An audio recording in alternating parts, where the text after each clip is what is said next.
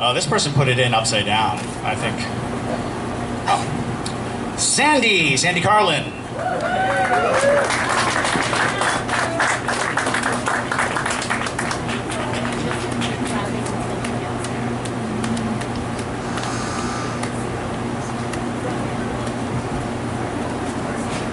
Can everybody hear me? Say something else.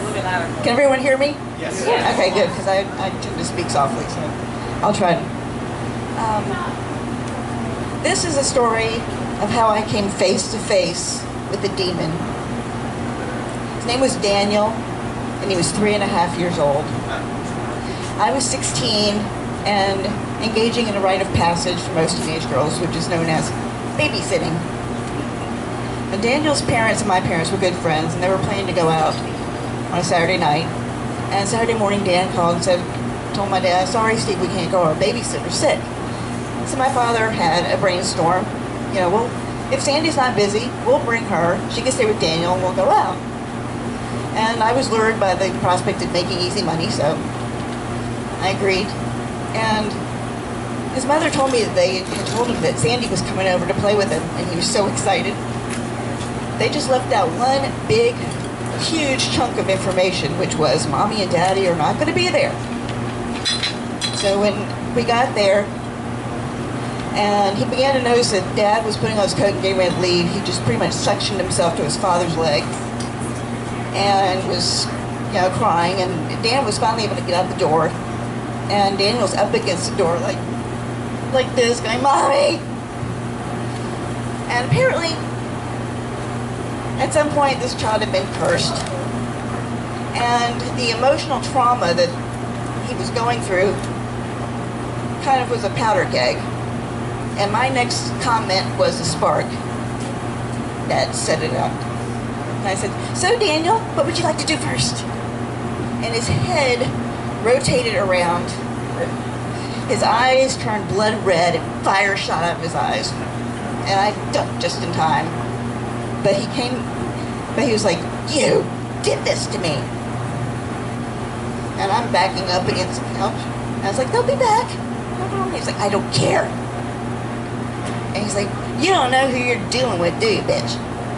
Oh, okay.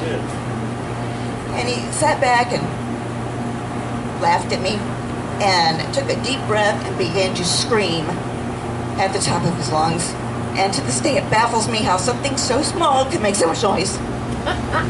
But it was ear-piercing, and you know, the glass and pictures were falling off the walls, and he didn't just run; he cycloned his way around the room. And books were flying off shelves, and I was having to duck. And I begged and pleaded. I bribed him with money, toys, candy, whatever. Just please stop. And he wouldn't. And I finally got to the point I had nothing left.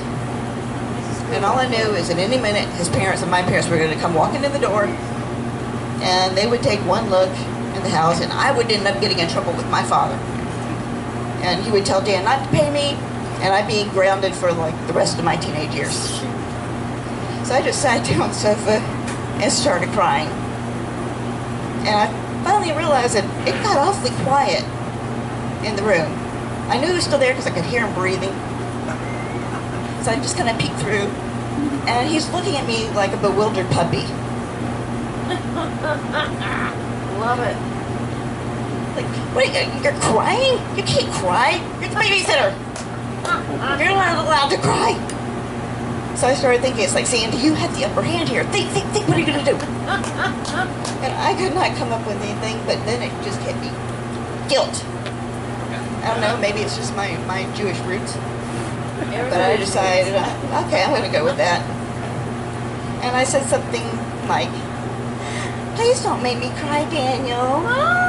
And then he looked at me, and the expression on his face was just one of his utter disgust. And he's like, that's it? That's all you got? I'm like, Daniel doesn't make me cry. That's it. That's all you got. He's like, you're not even worth it. And I was going to let you play with my Legos. Oh, hell no. And he ran into his room and fell asleep. And I don't know how long I sat there, but I was too afraid. So eventually I just kind of tiptoed down the hall, and I looked in. He was asleep on the floor, looked like a little angel. So I just kind of pulled the door shut, praying it wouldn't creak.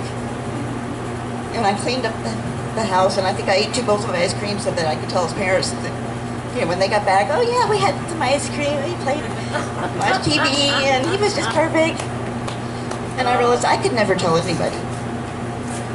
And for some reason, in a moment of weakness, I told my mother and said, please don't tell Dad.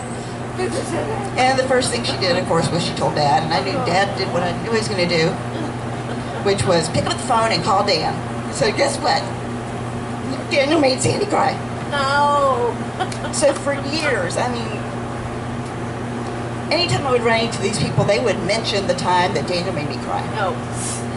So fast forward about 20 years, and we're at a wedding of a mutual friend, and we were sitting at a table with Dan's other children that they had since, and he was like, remember, we always told you your brother made the babysitter cry?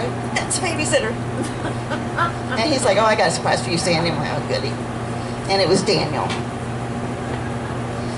And, he's like, he's like, remember we told you that story? He's like, yeah, I was a little devil back then, so I probably was. And he's like, you owe her an apology. He's like, yeah, I do. I'm so sorry, ma'am. I love it. Sandy, that rocks. That's